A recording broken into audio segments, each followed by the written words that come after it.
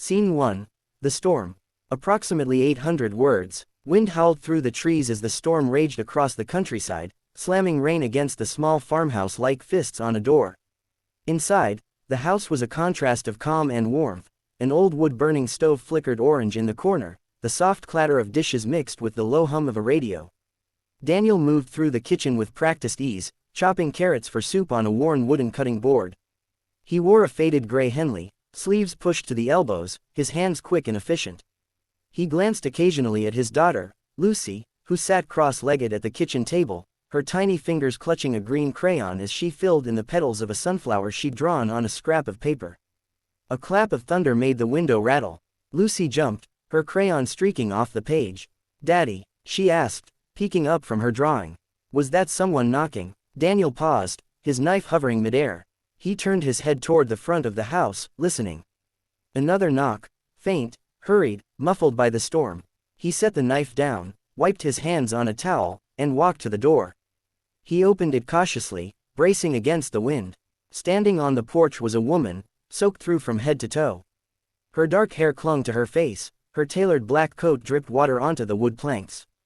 Her heels were muddy, and her designer purse looked more suited for a Manhattan boardroom than a country back road. She was shivering, but trying to stand tall. "I'm sorry," she said quickly, pushing wet strands from her face. "My car slid off the road. I tried calling someone, but there's no signal out here. I didn't know where else to go. I saw your porch light." Her voice caught slightly, as if she was trying not to sound desperate. Daniel glanced past her into the storm. Rain whipped across the fields, and her car was nowhere in sight. Probably down in the ditch past the bend. He hesitated, but only for a second. "You're freezing," he said.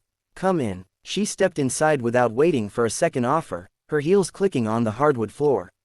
A puddle formed almost instantly beneath her. Lucy peeked around the corner from the kitchen. "Daddy," she whispered, tugging on his sleeve, "she looks like a wet boss lady." The woman laughed, breathless, brushing water from her coat. "I actually am," she said, with a small, sheepish smile. "Sort of." Daniel raised an eyebrow. "You a lawyer or something?" "Tech company," she said, unbuttoning her soaked coat.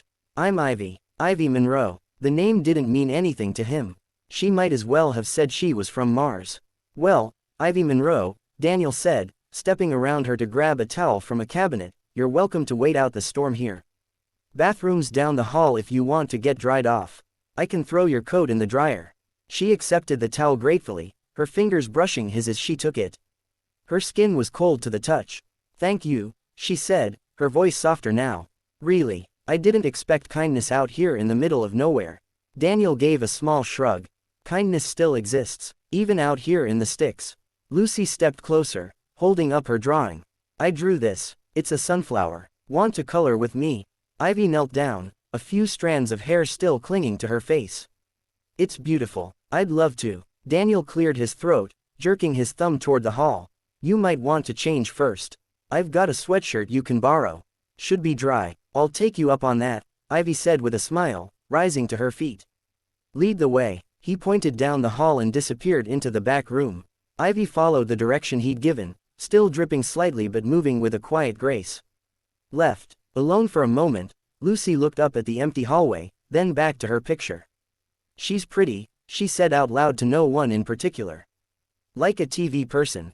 A few minutes later, Ivy returned, now wearing one of Daniel's oversized flannel shirts over her slacks, her hair towel dried and tied back. The sleeves swallowed her hands, but she looked warmer, her posture less rigid. She stepped into the kitchen just as Daniel ladled soup into bowls. "Hope you like potato and carrot," he said. "I'd eat cardboard right now," Ivy replied, sitting at the table beside Lucy.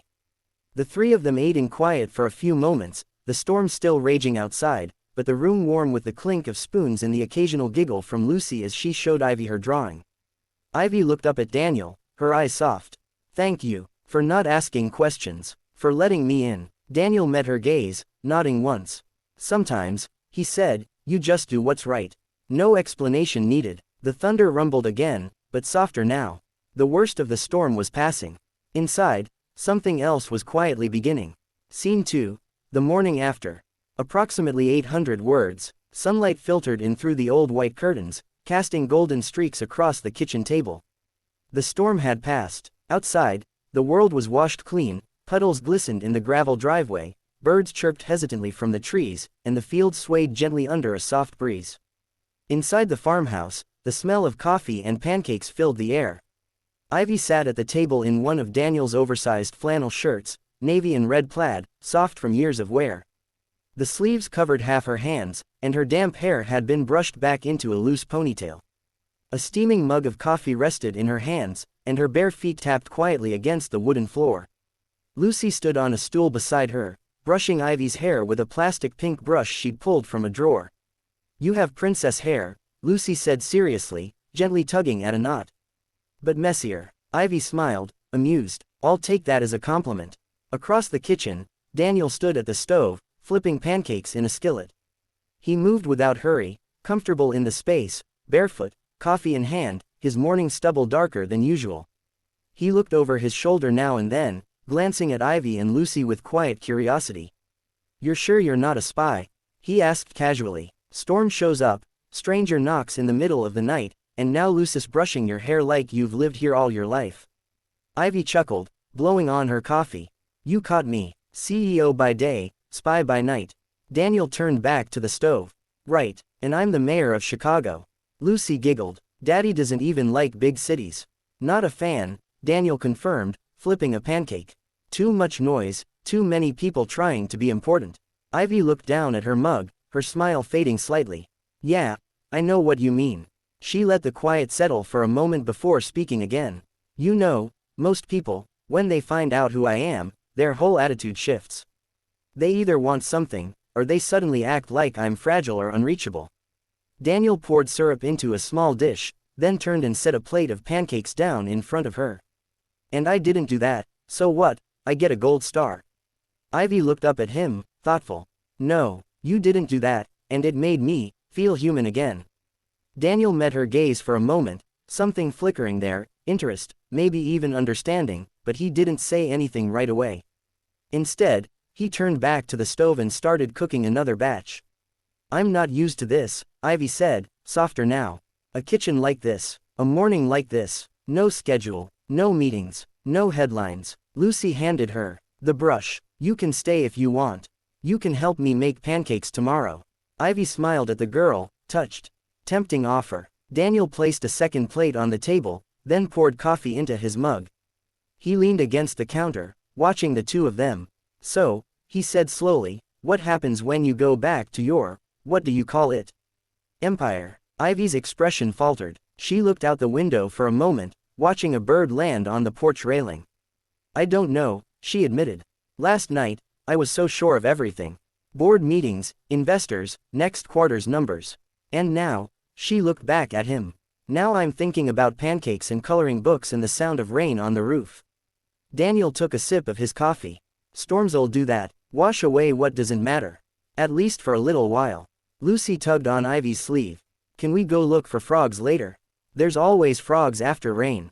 "Frogs, huh?" Ivy grinned. "I haven't looked for frogs since I was 10.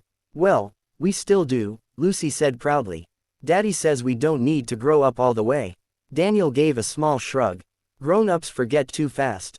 What it's like to slow down." Ivy studied him, her smile lingering. "You really live like this? Every day?" "This is it," he said simply. "I take care of Lucy.